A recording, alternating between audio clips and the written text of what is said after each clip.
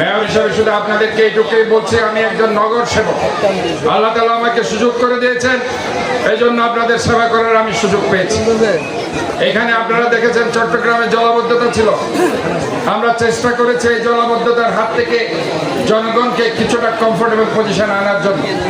আপনারা এইবার জলাবদ্ধতা থেকে কিছুটা মুক্তি পেয়েছেন?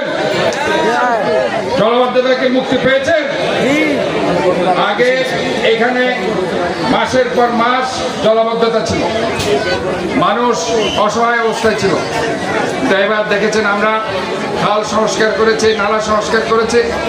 আমরা আরো আমাদের কাজ বাকি রয়েছে, আমাদের ড্রেন, নালা, খালের আরো কাজ রয়ে গেছে 50%।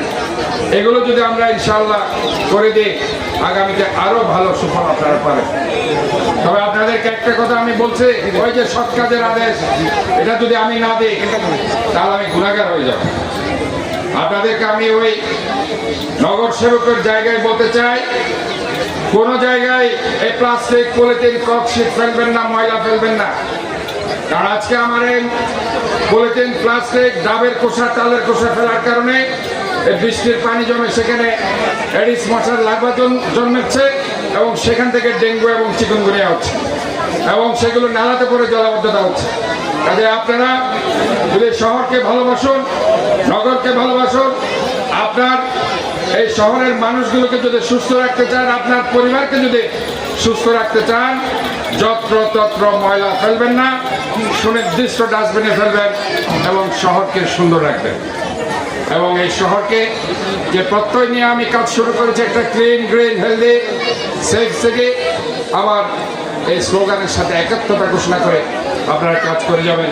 ইনশাআল্লাহ মহান রব্বুল আলামিন আমাদেরকে যেভাবে জলাবদ্ধতার হাত থেকে 50-60% এবার ইনশাআল্লাহ মুক্তি পেয়েছে, প্রতিটা কাজে ইনশাআল্লাহ মহান রব্বুল আলামিন আমাদেরকে সার্বিকভাবে সহযোগিতা করবেন এবং আমরা মনে করি ওনার এই সহযোগিতা নিয়ে আমরা আমাদের সমস্ত সমস্যার সমাধান আমরা করতে পারব। আমি এই ওয়ার্ডে বেশ কিছু রাস্তা হয়েছে, আমি যে হিসাব দিয়েছি প্রায় 25 কোটি টাকার মতো কাজ চলছে। 100 কোটি টাকার মতো কাজের এখানে অলরেডি অ্যালোকেটেড করা হয়েছে।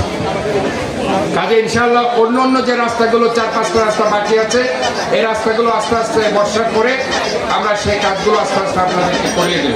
কাজে চিন্তার কিছু নেই, দোয়া করবেন ইনশাআল্লাহ আমি যাতে সুস্থ থাকতে পারি। মহান রব্বুল আলামিন যাতে আমাকে সুস্থ রাখেন। আমি আপনাদের এই মানুষ, ইনশাআল্লাহ আপনাদের সাথে একসাথে মিলে আমি এই শহরকে সুন্দর একটি শহর গড়ে তুলব ইনশাআল্লাহ। আজকে যার জন্য আমরা এখানে উপস্থিত হয়েছে, যে হযরত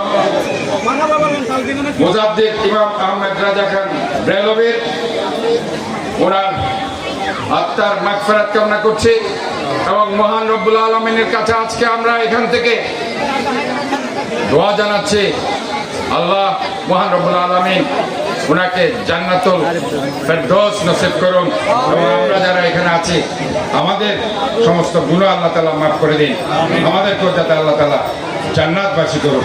এটাই আল্লাহর কাছে আমাদের প্রার্থনা হবে সবসময়। কারণ বারবার বলছে মৃত্যুর কোনো সিরিয়াল নেই, জন্মের একটা সিরিয়াল আছে।